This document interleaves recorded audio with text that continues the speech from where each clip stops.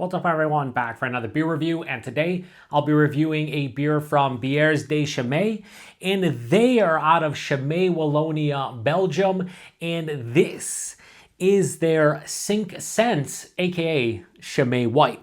So this is a Belgian Tripel that comes in at 8% alcohol by volume, 38 IBUs at the time of review. I don't know exactly how old this bottle is, not because it doesn't have some sort of bottled on it date. It actually has a lot code on it, but I can't figure it out. So I'm gonna read it here, and if you can figure it out, please post in the comment section the translation in terms of when this one was either bottled or maybe a Best Buy, because I don't know that either. So the lot code is L24-442. L24-442. So in my opinion, this one was bottled sometime in 2024, which is what the L24 stands for. But 442 does not make sense. Usually I think that's some kind of Julian code where it's like the day of the year. There's only 365 days in a year, so 442 does not make sense. And I don't know for sure if it's a bottled on date or a Best Buy date. So if you guys know, let me know. Otherwise, I'll just assume that this is at least 8 months old and probably quite a bit older than that. So I have reviewed the red and the white on the channel. I did a live stream with some beer tubing friends back in 2019, and we reviewed both those beers. And it's taken me over 6 years actually to review white. Why? Because I'm a bad beer tuber. But I've always preferred the red and the white. I do prefer doubles and Belgian strong darks. I prefer, in all honesty, darker Belgian beers over the lighter ones. So Tripels aren't my favorite style, although I do enjoy them. Vechemalt being my favorite of the bunch, at least of the ones I've had over the years. However, I do enjoy this beer, but I haven't had it in many years. They do have a spiel on the back here. It says, Chimay Cinq Cents is a tripel, or they say triple. They don't say tripel. They actually spell it like the American way, triple. Blonde in color with a fruity and spicy taste balanced by the bitterness and aroma of hops. The Trappist logo certifies that this ale is brewed in a Trappist abbey and that the majority of the sales income is intended for social aid. The exceptional yeast isolated by Father Theodore combined with the purity of the highly protected water of the Abbey's wells gives Chimay its unique richness. Since 1862, Chimay's secondary fermented ales have neither been pasteurized nor filtered, and only natural ingredients are used.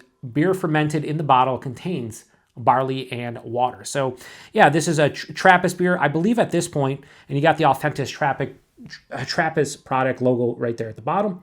But I believe there's 13 Trappist breweries.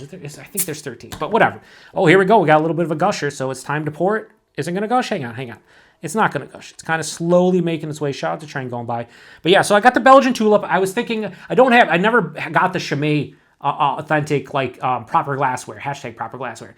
So I just going with the Belgian Tulip today because why not? Whatever. As long as you're pouring a glass, you're good to go. If I had the Chimay glass, I would definitely pour in the Chimay glass. But as is, do something like this, and I'm going to save the goodies to the end. Ooh. Am I going to have to save it? I am not. Look at that beautiful pour that I almost freaking duffed. So as far as this beer looks beautiful in the glass. A little bit darker on camera. It's been happening lately. On camera, it looks like a little bit more like a brassy copper color. In person, I'm going to say right now with that contraband flashlight, mine more looks like, not that light. Maybe like that. That's how it kind of looks in person for me. Like a little bit more of a vibrancy to it, okay? It has some good clarity because I can see my shadow, but I can't make it out the entire way. I don't think on camera you'll see my shadow again, a bit darker. 3 fingers of this eggshell white colored head, some bigger bubbles mixed in with smaller bubbles. It has, a little bit of like that, kind of soap sudsy feel, but also looks very creamy. There weren't a lot of particulates because I did not mix it up or do anything. At the end, I'm going to swirl in the rest and we'll go from there. But that looks like a nice Belgian Tripel for sure. Anyway, let's get a nose. Very fruity. The yeast esters of like banana for me, bubblegum, definitely there. Almost like a caramel covered banana bubblegum. Coriander, a little bit of clove, white pepper. It definitely is spicy. It's like a spicy banana bubblegum. There's also some really nice, like light fruit, like almost Saison-esque, like white pear. Maybe a little bit of citrus, like an orange. Really nice. I have to imagine this is a bit aged.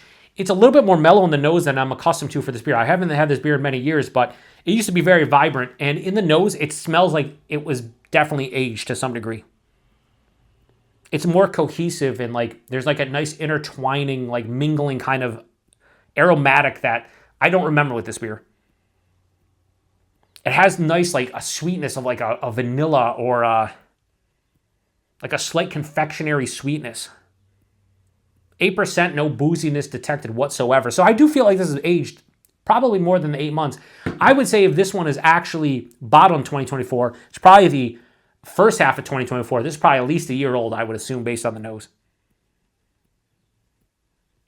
What is that? A little bit of like a pineapple? Some kind of nondescript like tropical fruit. A nice sweet bread too. Dude, this smells awesome. And this is from the guy who's like, oh, I don't like Belgian style Tripels. I don't like authentic Belgian Tripels like this. I usually like way more than like an American version of it or somebody brewing it that's not from Belgium.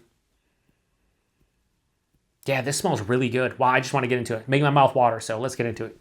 Cheers, everyone.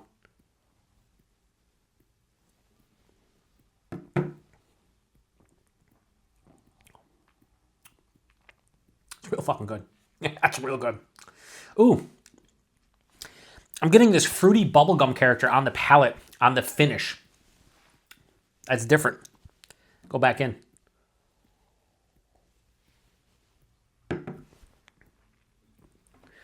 Mouthfeel is nice. This is like lower side to medium full. It's a little bit bigger than I thought at 8%. It makes it seem like a bigger beer in a good way. Like it makes it seem like a special beer because when you take that sip, it's probably full-bodied for the style and the ABV. I'm saying more like lower side to medium full based on the ABV as a whole, right? It just has a nice, I don't want to say thickness, but it's more of like just a, yeah, I would say more of like a thick kind of quality from the body that I'm not accustomed to with the style. It's nice. The body's really nice. It's bigger than anticipated. The mouthfeel is that voodoo that I'd say the Belgian breweries do sometimes with the German wheat beers too, where it's very effervescent. This is like higher side of moderate carbonation, dancing on the tongue, very spritzy, right over the top. However, it still has this smooth, creamy sensation as it glides throughout the palate. I love Belgian beers from that aspect. For me, are one of the reasons why I dig a lot of them. The body and mouthfeel alone, I can drink the beer and then throw on the flavors. Maybe the flavors aren't exactly my cup of tea or exactly what I'm looking for, but the body and mouthfeel alone can win me over, and that's kind of what's happening on this one. But the flavors are still really nice. So let's go with the and look at the glass lacing already. Like it's sticking to the like that's crazy glass lacing. Honestly, look at that crazy glass lacing. Forefront is a sweet confectionery-esque kind of bready quality. Omnipresent, but underlying. Then it gets citrus at the forefront, and it has like a pithy, rindy kind of like orange, a little bit of lemon. As it starts passing through that lighter, whiter fruit, like the white pear I was talking about, definitely hits. Maybe some nondescript stone fruits in the realm of like an apricot or a nectarine. It's definitely fruity from a citrus and stone fruit vibe. Then the bubblegum ramps up from the yeast ester. And it's, to me, big, fruity, like citrus, stone fruit bubblegum. Like it 100% is to me. So a little bit of that, the banana too, but it's more bubblegum than banana for myself personally, but I could see how someone say banana. A lot of times I think banana and bubblegum are interpreted differently for different people. I've noticed that with like German yeast and Belgian yeast is like, with Belgian yeast is more bubblegum for me, and then German yeast is more like banana. But a lot of times I can get them wrong in terms of like, okay, I'm tasting bubblegum, and like, hang on, and like halfway through me drinking the can or bottle, I'm like, hang on, I think that's actually banana. It's very similar, but to me is more bubblegum from the ester as opposed to banana. And I like that. I do. I don't know if the banana would work as well here. I think it'd be a little bit too fruity where the bubblegum kind of breaks up the monotony of the sweetness from the citrus and the stone fruit. little bit of like a floral, almost like a honeysuckle, or like you mean like a honey in general. The finish has this drying white pepper, coriander kind of vibe to it to me, 100%. This is bone fucking dry. This is exceedingly dry, which I used to hate, but I'm starting to actually thoroughly enjoy, which is where I think I had the issue with a lot of Tripels in the past, is that they were just too drying for me. They'd be a little bit too dry, and I like that now. I like the drying sensation. So this is definitely firmly dry. A mild to moderate bitterness smack dab in the middle. It doesn't have a ton of like bittering kind of qualities from the hops. More of the hop flavor as opposed to like the bittering quality that you'd get. This is really nice. 8%, slight warming in the chest, nothing on the palate. I just got like a on the finish, it has this bubblegum like, it's like a plum. I'm getting like a plum, which I would more associate with a darker Belgian beer of some sort. But I'm getting a little bit like a plum kind of character.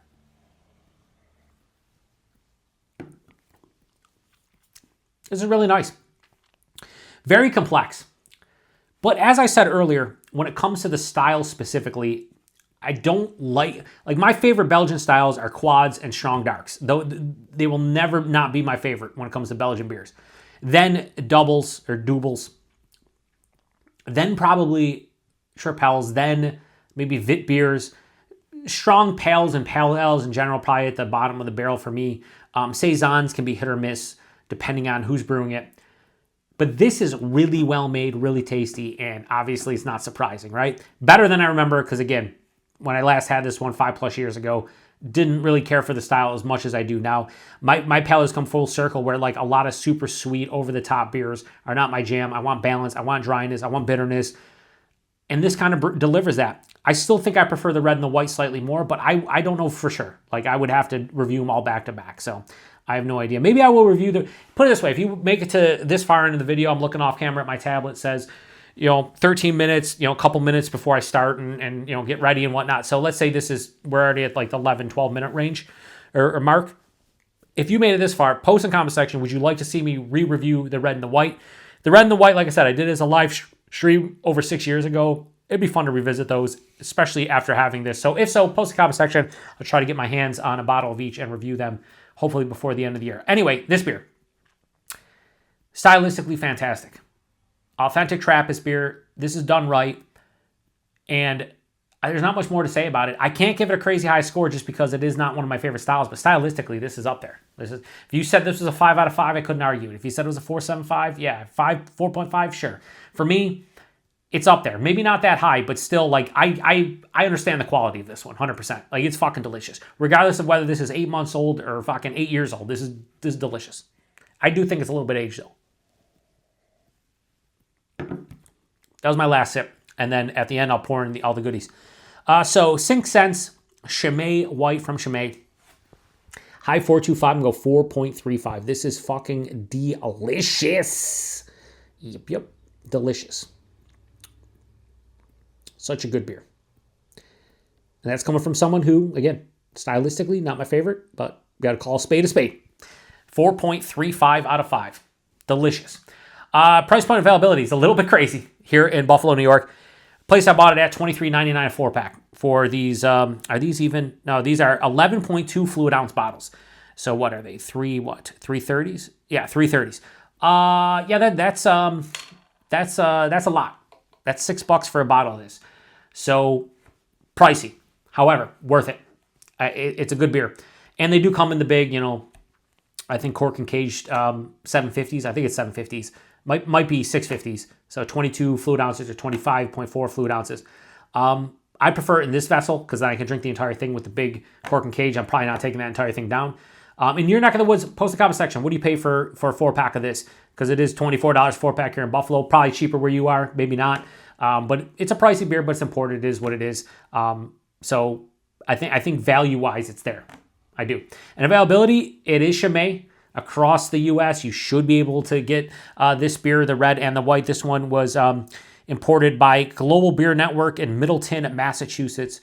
I don't know how many places import Chimay or if that's the only place, but that's where this one comes from. So if you're in the US, you should be able to find all three of the beers somewhere, whether it's a local beer store, grocery store, whatever the case may be, you should be able to find this beer. So if you've had this one before, please post in the comment section. What did you think about it? I will now throw in the rest here just to see the big plop there and shit went flying. Now it's hazy because you got all the, protein goodness from the yeast and whatnot. How does that look now? That looks way hazier. Yeah, you're not seeing it. I hold it up. Yeah, it's hazy. It's like a hazy IPA. Let's get a nose. Ooh, I'm getting like brown sugar. Oh man, remember I said it's confectionery earlier? Yeah, this is like really sweet now. Smells pretty good. Cheers.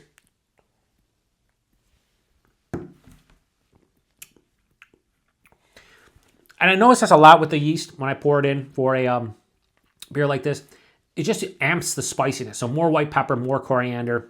Everything else is pretty much the same. So with the yeast poured in, it's not much different other than there's a little bit more intensity to the spice character, which I think is all right because I want to say this lean sweet because, it was very dry, but I think it really does help kind of combat the sweetness. So, yeah, anyway, I'm shutting this one down. Once again, if you've had this one before, comment section, love to hear from you. This was the final Shelfie beer for the month of July 2025 that I am reviewing.